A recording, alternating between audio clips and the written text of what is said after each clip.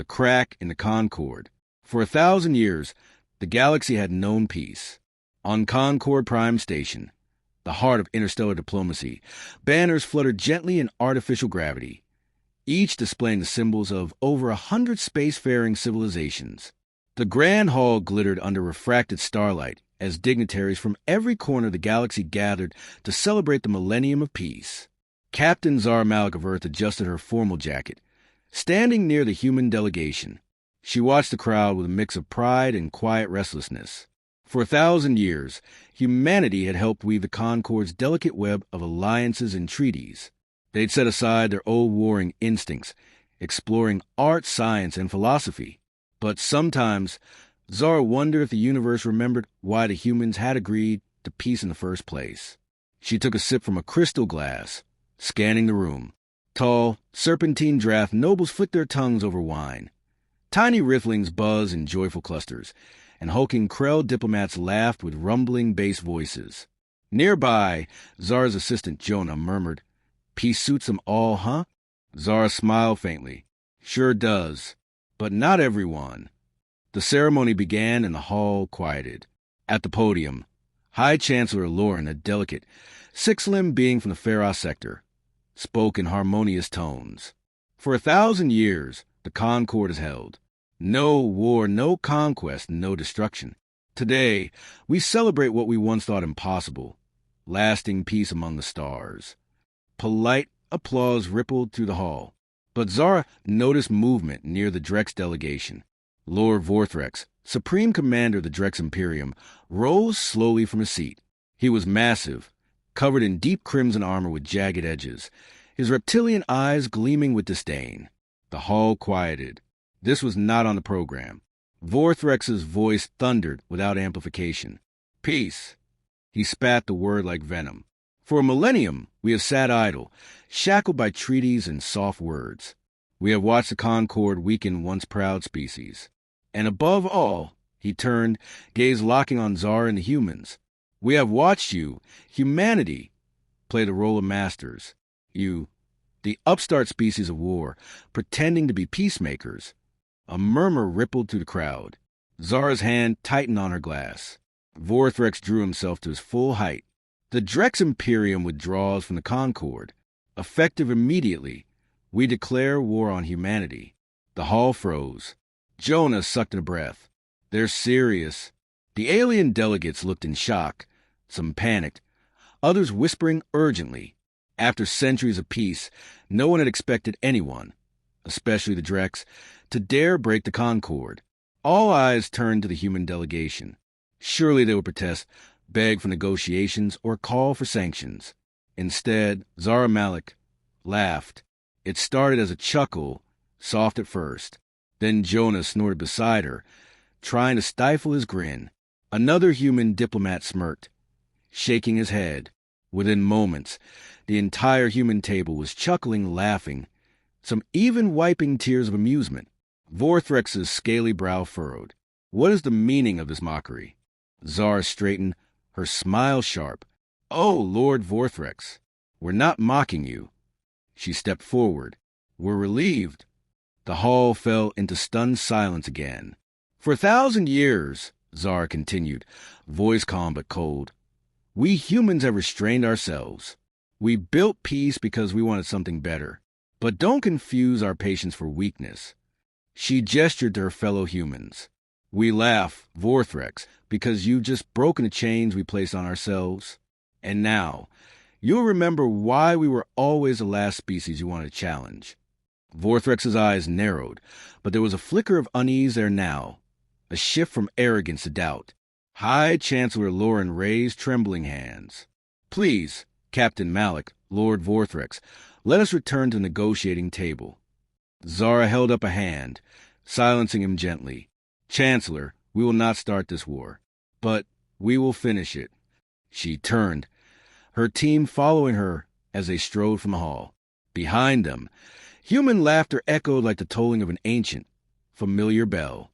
As they exited, Jonah whispered, "Do you think they understand what they've done?" Zara's eyes glinted. "Not yet, but they will." The sleeping beast awakens. The Drexx War Council Chamber was a towering hall of black steel and blood-red banners. Lord Vorthrex stood at the center, surrounded by his top generals.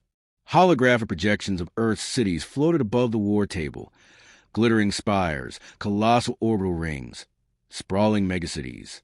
"These humans are soft," rumbled General Karth, his armored tail lashing behind him.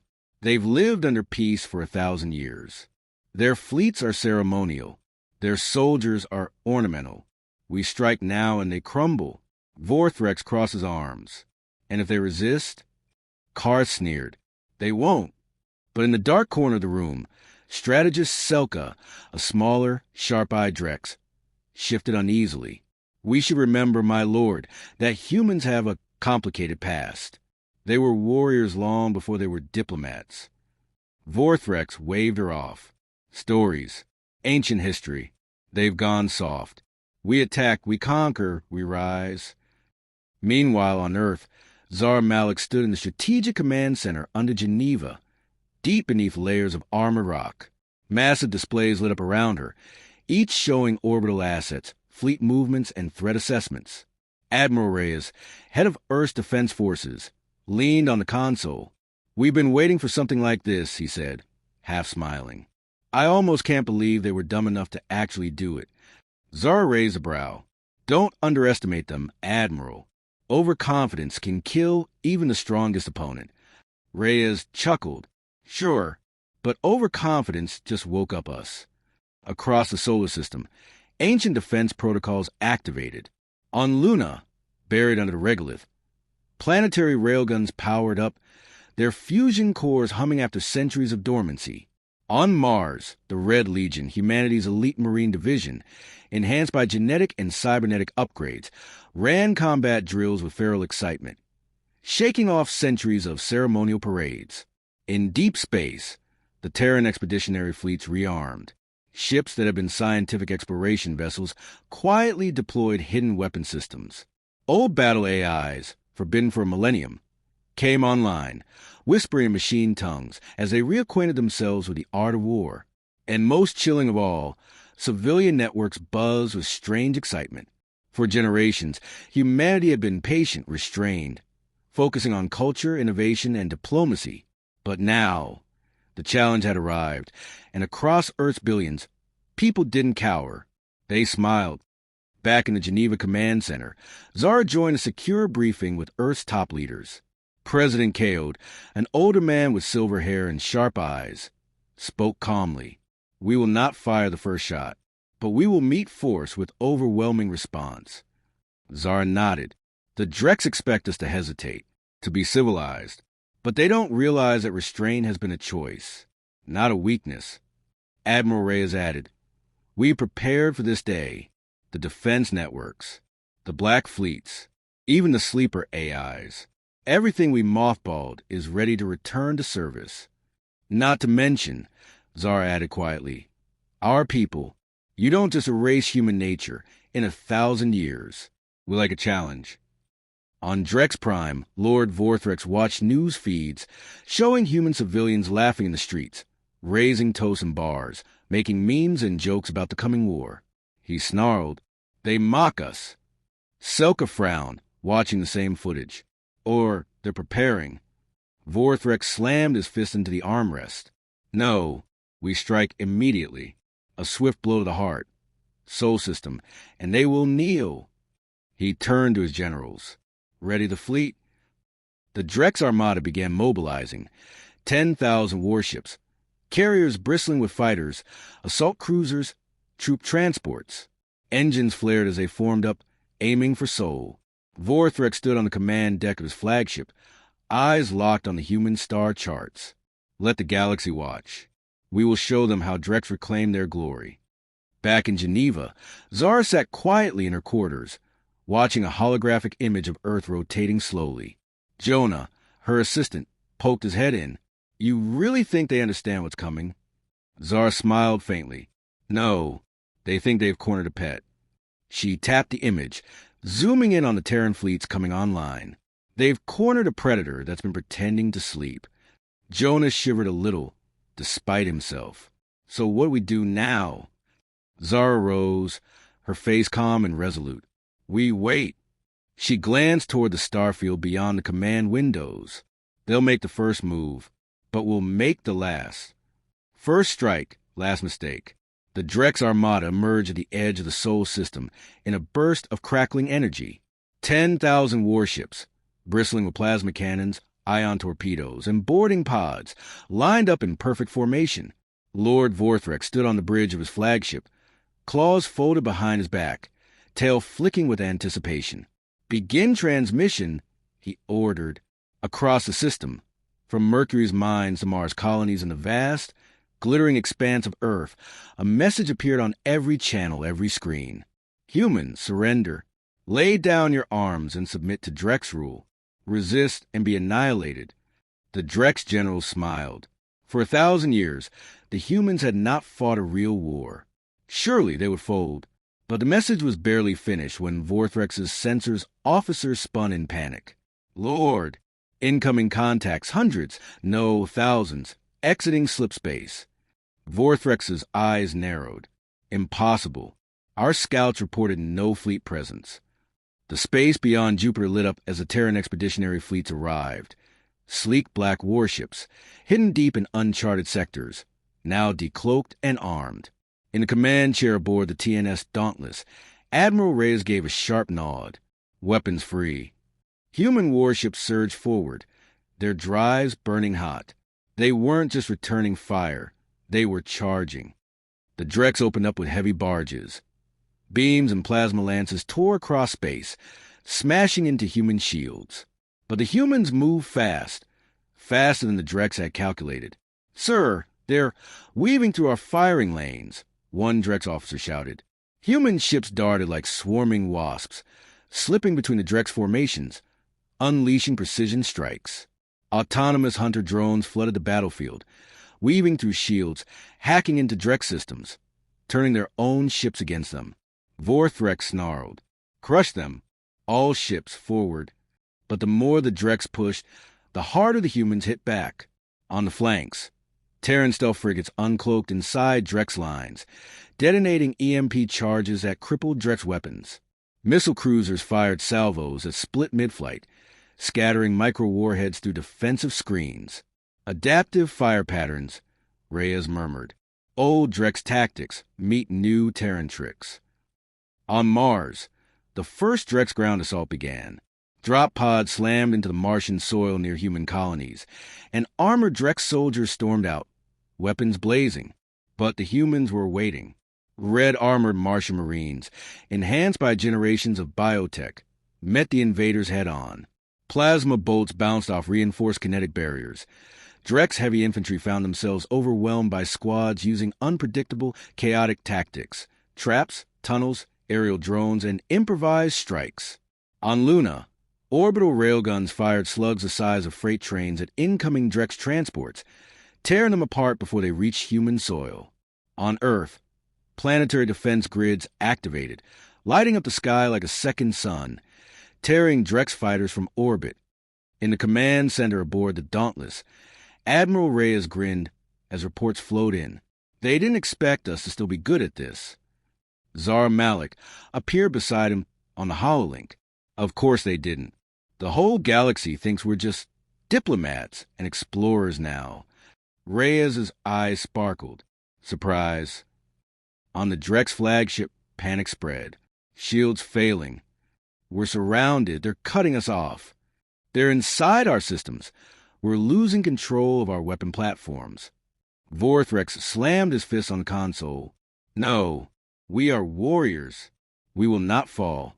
But even as he roared, a sudden alert blared across his command deck. A single human transmission, direct to his ship. Vorthrex froze, eyes narrowing. Put it through. Zar Malik's face appeared, calm and composed. Lord Vorthrex, we warned you. This is your last chance to retreat. Leave Sol or be wiped from the stars. For the first time, Vorthrex hesitated. His claws tightened on the console. His fleet was battered, outmaneuvered, and his enemy was smiling, laughing, as they fought. He let out a low, frustrated snarl. Order the retreat.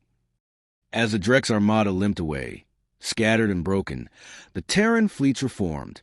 Not one human warship had been destroyed. Not one colony had fallen. Across Earth and her colonies, people watched the victory unfold on live feeds, cheering and celebrating. In Geneva, Zara stood quietly in front of the large star map, arms folded, eyes focused. Jonah entered the room, grinning. Told you we'd win. Zara gave a small smile. We were never going to lose. Jonah tilted his head. Why do you think the Drexx gave up so fast? Zara's eyes hardened. Because they finally realized the truth. She turned, walking away. We weren't laughing because we thought it was funny. We were laughing because we'd been waiting for something like this. Echoes of war. In the aftermath of the Drexx retreat, the galaxy trembled. Concord Prime Station, once buzzing with celebration and ceremony, now crackled with tension. Diplomats, envoys, and leaders from every major civilization crowded into the Grand Hall, whispering in urgent tones. News of the Drex's failed invasion of Sol had spread like wildfire, but it wasn't just a failure that shocked them. It was how easily humanity had crushed the invaders. Zara Malik stood at the center of the hall, flanked by Admiral Reyes and President Kaod. Across from them, Lord Vorthrex, his armor battered, his face marked by exhaustion and fury, stood with his remaining Drexx commanders. High Chancellor Lauren, the six-limbed Pharos diplomat, raised trembling hands. We must de-escalate this. Humanity, the Drexx have withdrawn. Surely you are satisfied. Zara's gaze was cold and sharp. Satisfied? Chancellor, they declared war. They attacked our homes, our people. We simply defended ourselves. Vorthrex snarled. You humiliated us. You think this is over? Admiral Reyes let out a short laugh. Oh, we know it's over. The question is, do you? The Drexx leader's claws twitched. We are warriors. We will not live under your shadow. President Kaod, who had remained silent until now, finally stepped forward. His voice was calm, almost gentle. Vorthrex, for 1,000 years, we restrained ourselves. We built peace. But let me remind you, and remind the entire Concord. He swept his eyes across the watching crowd. Humanity didn't come from peace. We came from centuries of blood and fire. We know war better than anyone here. We chose restraint. But now you've forced us to show you what we've held back. The room fell silent. Vorthrex bared his teeth, but something in his eyes had changed. A flicker of understanding. He hadn't just lost a battle. He had miscalculated an entire species. Zara spoke next, her voice cool. Withdraw your fleets from contested sectors. Renounce your war declarations. Or we will come for you. And I promise you, next time, we won't stop at defense. For a long moment, no one spoke. Then, stiffly, Vorthrex gave a sharp nod and turned away, his commanders falling in behind him. Later, back aboard the TNS Dauntless, Zara stood by the observation window, looking out at the blue curve of Earth. Jonah joined her, carrying 2 cups of coffee. Well, he said softly, the galaxy's sure scared of us now. Zara took a sip, thoughtful. They should be. Jonah raised a brow. Do you think this peace will last? She smiled faintly. No, she turned to face him. But that's the point, isn't it? There's no such thing as eternal peace. We knew that. Jonah's expression grew serious. So what now? We rebuild the fleets? Prepare for the next war? Zara shook her head. We prepare for everything. Not just war, not just peace. We remind the galaxy that humanity isn't one-dimensional. We can be scholars, artists, explorers, and when needed, we can be warriors. Jonah grinned. You think the Drexx will come back? Zara's eyes glittered. If they're smart, they won't. She looked back out at Earth, watching ships move across orbit, the lights of cities twinkling below. But if they do, well... She smiled. We'll be ready. Far across the galaxy, on Drexx Prime, Vorthrex sat in his war chamber, staring at the data feeds. Battle footage looped. Human ships darting like lightning. Planetary defenses firing in coordinated bursts. Ground troops overwhelming his best soldiers. Selka, his strategist, entered quietly. They didn't win because of numbers, she said softly. Or technology. Vorthrex grunted. Then why? Selka met his gaze. Because they enjoyed it. Vorthrex's jaw tightened. They pretended for centuries, Vorthrex. Pretended to be gentle. But when the fight came, they were alive in it. You saw it. You felt it. Vorthrex slowly leaned back, a heavy weight settling in his chest. For the first time in his life, he wondered if the Drexx, for all their pride, had truly understood what it meant to face an enemy who laughed in the face of war. Back on Earth, as the sun dipped below the horizon, people gathered in parks, on rooftops, and in busy city centers. They raised glasses, hugged friends, made jokes, and sang songs. For 1,000 years, they had been patient. Now, they remembered something they hadn't needed for a long, long time. Not just how to fight, but how to win.